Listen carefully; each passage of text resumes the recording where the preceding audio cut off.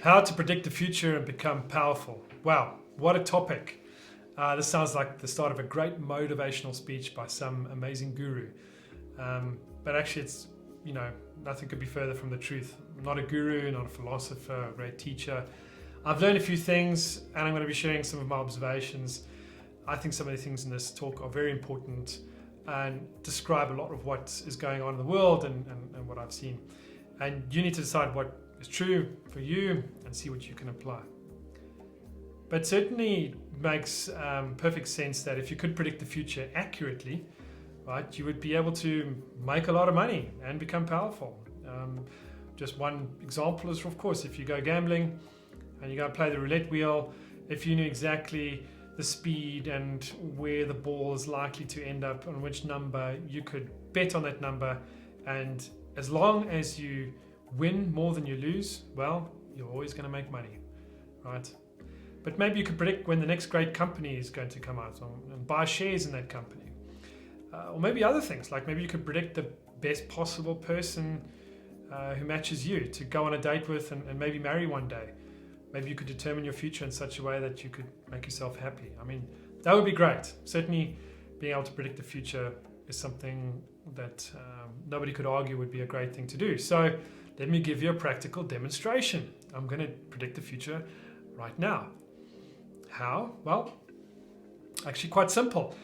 I know you can't see me, but just imagine I'm holding an apple in my hand and I've got my hand outstretched from my body.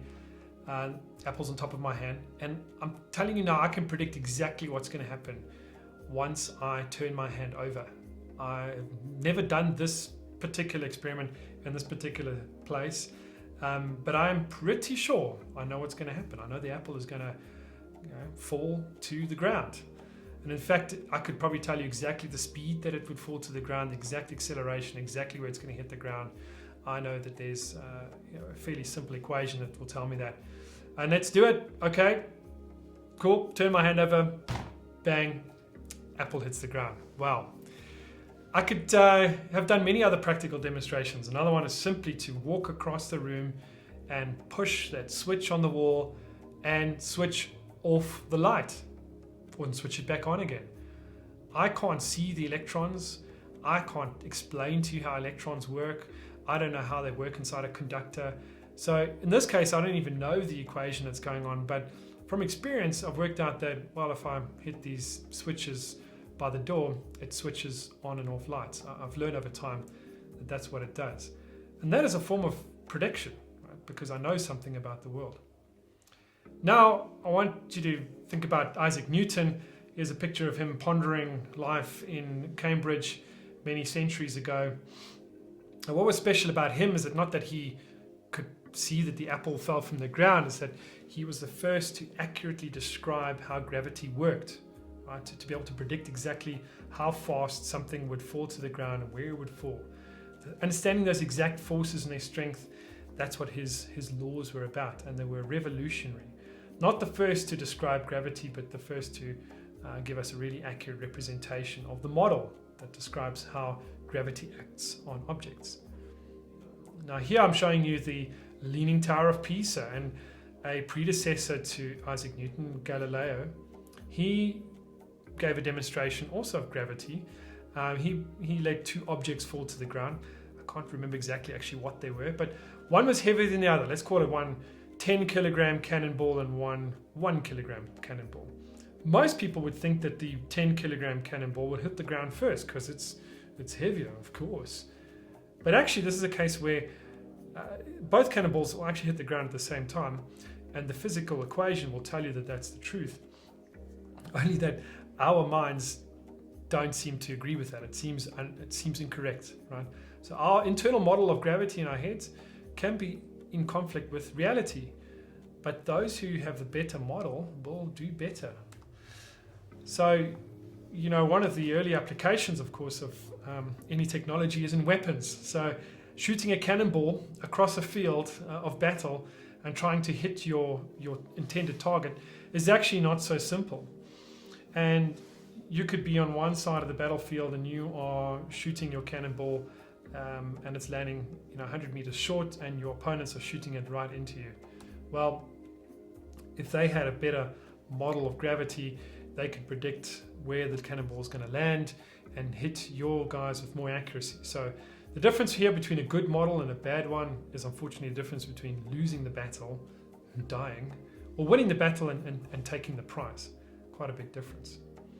And so even today, I mean, if you've got SpaceX shooting rockets into space, they're using pretty much the same models that were already developed back then. And it's allowed us to be able to do really amazing things to understand just the forces of gravity. Now imagine a device, and I'm showing it to you here, but close your eyes for a second and think about a device that will tell you the time, give you your location on Earth, it could give you directions, it could even tell your horoscope, help you make good decisions, all with a swipe of a hand. Well, unfortunately it's not a smartphone, because this is the 1500s in Morocco, and this item is called an Astrolabe. And already back then they were able to, with a complex set of discs and gears, represent a model of the Earth and the planets and the sun into this device so that you could do these predictions, right? And this goes back apparently as far back as the 2nd century AD in Egypt. So for over 1,000 years, people have been able to do some pretty amazing predictions using their knowledge of the world. We tend to think of ourselves as the first generations using technology, but actually it's been going on for one hell of a long time. And here's one that really talks to something that happened more recently for us, right? These are estimates of the circumference of the Earth. So how big is the Earth? Mathematicians have already known for thousands of years that the Earth is round, and they've been trying to work out how big is this round ball of the Earth. They've never had an aeroplane, they've never been able to see a picture from Earth, but they knew that it was round, and they were trying to discover exactly how big it was. And different mathematicians and philosophers gave their attempts. It's amazing that Eratosthenes, he in 240 BC, so it was 240 years before Christ, calculated to within 1% accuracy. He didn't have a calculator or any computer. He used the angle of a shadow of a tower and the time of day, and that was it. Plus his understanding of mathematics and the model in his head of how that mathematical equation applied to this particular problem. Later mathematicians were even less accurate. So Ptolemy is famous for making another calculation, was in fact estimated the circumference of the Earth to be smaller. He thought the Earth was smaller. And this is what Columbus used when he went west from Portugal to try and find a different route to Asia, to China, and ended up bumping into North America. You know, if he had known the true circumference of the Earth, he would have known that he had not yet arrived in Asia, because it was not yet far enough. He had not yet traveled far enough. But here's an example of, again, where a better model would have helped predict a better outcome. Okay, so when I talk about a model, what do I really mean? It's not a catwalk model or some beautiful woman. This is a mathematical model typically. I mean, we're normally talking about something that takes some inputs and does some transformation to that, and then tells you what the output should be. You know, for example, I can let an apple go, and I'm standing on the Earth with the Earth's gravitational field. That's the input to this model of gravity, and the output would be, well, this is what's going to happen to the apple. It's going to fall straight towards the center of the Earth at a particular acceleration.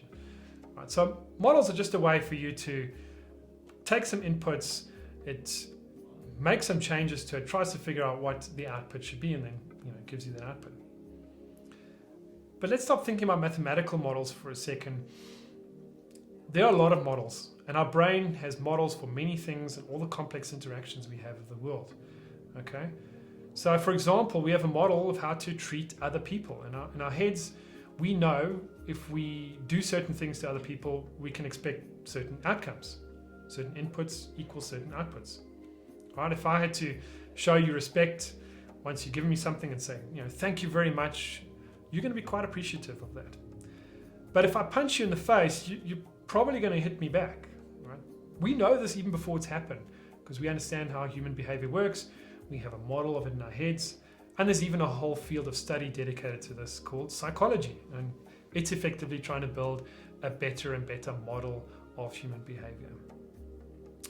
Let's go into other areas of our lives, right? If I go into a shop and I expect to buy something, I might like something in display, maybe a pair of shoes, and if the price is good, I take money out of my pocket and I exchange it with the guy and take the shoes out, right? That's another interaction. I expect with my inputs, my money, and the price level is correct, that I get to take the shoes. Right? And when millions of people do this, it's called an economy, right? And the study of this model of how people behave and what they buy is called economics.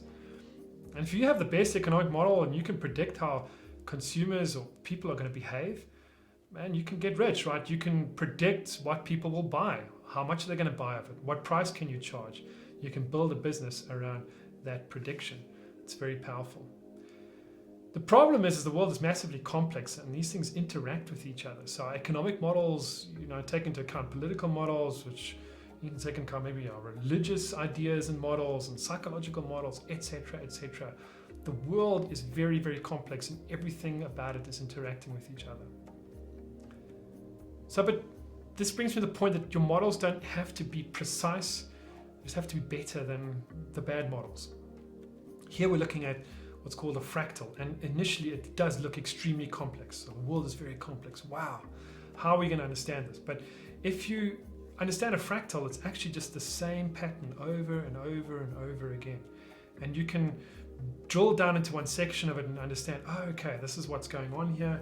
I can find the fundamental building block and then I can predict how it's going to look when I expand it and I take it to the next level. That's the power of having a simplified model. It doesn't necessarily exactly predict what's going to happen, but it should tell you more or less what the outcome is going to look like. Here's a very important example, which is the model of the atom. Even the ancient Greeks thought that everything on Earth is made up of some single, simple building block. And they were correct to some degree. About a century ago, we understood that the atom was made up of parts. It had parts within the atom. So the atom wasn't the main building block. There were smaller things, electrons, protons, neutrons. Amazing. That was a great discovery. Only now we understand that even that is wrong. The electron is made up of smaller bits. The protons and neutrons are also made up of many, many, many smaller bits, some that even appear to disappear into different dimensions. We just do not understand the atom. The more we dive into it, the more complex it becomes. However, our model of the atom is becoming more and more accurate and it gives us more and more predictive power. We're able to do more with our understanding of the atom. Let's switch gears for a moment. This is a picture of Zeus and some of the other ancient Greek gods. Why I'm showing this is because typically ancient cultures believed that the world was ruled by a set of gods. And unfortunately, these gods had fights amongst themselves, they had good moods and bad moods. And people believed that those changes in the moods affected life on Earth. It would affect the weather, it would affect the outcome of their crops. And it was just very important to those people at that time, right? They depended on their animals staying alive and their crops being successful in order for them to stay alive. It was a real struggle of life. And so it was very important for them to please the gods. But because the gods were a bit difficult to understand, they would sacrifice animals and do all sorts of things to try and please the gods. Right? But it's another way of saying that they didn't have a rational model really of how crops worked or how their animals worked, and they were unable to improve over time their ability to grow crops and manage their animals. A quite different approach happened now when you look at the Judeo-Christian model. This is a picture of Moses going up the mountain and getting the 10 Commandments. Right, it's critical here that Moses met a monotheistic God, a single God, not a pantheon of gods who fought with each other. It was one God who gave Moses a set of rules written in stone. It meant the rules didn't change. It meant that the people could predict to some degree how God was going to react to certain things. Right? They had a model for living that was now consistent over time, and they could form their whole society around that. And what was also understood is that this God created the earth and created the earth to be in the same way, consistent, run by natural laws, laws that didn't change according to his mood. Gravity didn't stop working on certain days. It didn't change according to God's mood. There was consistency around the natural laws. This gave incredible power. Fast forward many centuries, I want to show you the difference in how this comes out. Right? Nostradamus wrote some very interesting books. He was a French astrologer in the 1500s, and he produced these cryptic writings that many have used to say, well, they're predictive of the future. And yeah, if you read his writings in some ways, maybe they could speak to certain disasters we've had in our past. Unfortunately, it's always retrospective. You can only use his writings to say, well, maybe he was talking about something that already happened. It is never predictive because it's not really anything scientific. It's just a mystic that is speaking. 2 years before Nostradamus died, Galileo was born in 1564. Right? And he's a famous astronomer and mathematician who's really thought of as the father of modern science. Why? Because he used observation of reality, right? He measured things and he used logical reasoning to challenge outdated theories and physics of his day. You know, he used his knowledge amazingly, for example, to build a telescope. Right? And through the telescope, he was able to look at stars and look at planets and understand a whole lot more about our solar system and about the universe. He was the first to discover things like the moons of Jupiter and the first to observe the rings around Saturn. I mean, I struggle to explain like how amazing that is. That 450 years ago, a person was the first to discover moons of Jupiter, discover rings around Saturn. Just imagine that. Right, so Galileo's discoveries even today support many of our incredible technologies, whereas Nostradamus, a mystic, unfortunately cannot give us any valuable insight. So we come to the point where I want to ask you, why should you care? Why does this matter? What am I trying to get you to see? I want you to understand reality is that with more accurate models of the world, you will win. Those people who have better understanding of reality and can predict the future better will win at what they do. They overcome the challenges that they face. They will beat their competitors. So think about the next time you see someone who's successful, or a company who's successful, or a country that is more successful than others.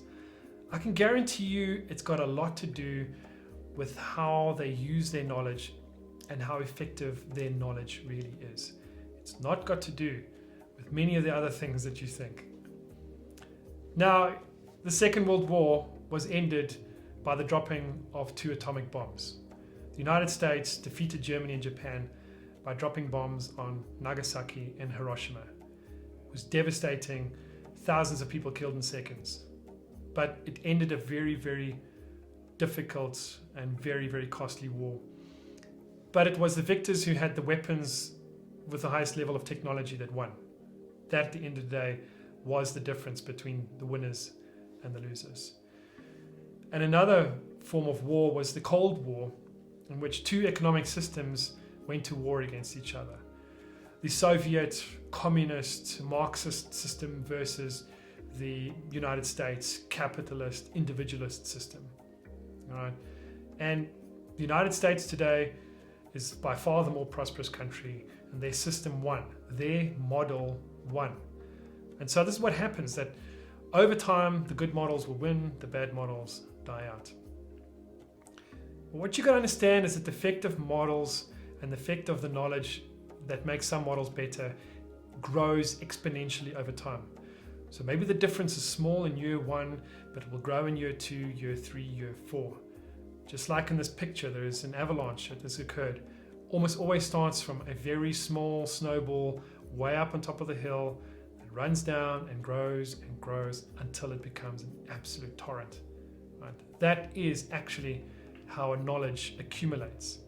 It is not something that is small and linear over time. It has massive differences over time. And you break it down to a series of decisions. Let's talk about you as an individual. You make decisions every single day, and at every single decision you can go left and you can go right. One decision has better outcomes than the other. And if you continuously make good decisions, the difference between that and continuously making bad decisions is gigantic over time. It multiplies, it compounds. So you've got to ask yourself, why also do people actually make poor decisions at all? Like, why would you choose something that's bad for you in the end, right? Why do people make poor decisions? Well, partly the reason is because their model of the world is faulty in some way. They don't see things as they really are. Their beliefs, their worldview just isn't reflective of reality. Right? There's something that they just don't see accurately. It's a little bit like being short-sighted. You can blame the world that it is out of focus, but really the problem is with your own eyesight, not with the world. But people tend to blame the world for the outcomes that they don't like, right? I don't like being poor. Well, it must be because of other people, right? That's not the only truth. The only truth is that you don't understand why you're in the position that you're in, and that the first step is to recognize maybe the model of the world that you have has some flaws in it, that you are short-sighted in some important ways. Maybe it comes from your parents, or from your schooling, or a mixture of many sources in your life. Maybe it's happened because of some experience you've had, some bad experience that has affected the way that you see things, right? But like short-sightedness, that bias prevents you from seeing things as they really are and from moving forward. And I think the most important thing that we all should realize is that the start of the change is recognizing that we have these biases, that our way of viewing the world is certainly incorrect. Right? So this requires humility, accepting that you are partly responsible for your shortcomings, maybe wholly responsible, who knows, but that you are also responsible for overcoming those shortcomings. Right? That is the beginning of the process. But there's tremendous hope, because the next step of the journey, once you realize that, is the journey to start learning, right? To update your model of the world with better knowledge, better understanding. How do you get that? Well, there is a wealth of knowledge in the world. There's essentially so much of experience of other people, of other cultures, of other countries that you can get through studying. It's essentially what history is. It's the gathering of the ideas and learnings of the entire human race, of all of our failures, of all of our successes. And it's accessible to you. You don't have to go to a library, although you used to have to.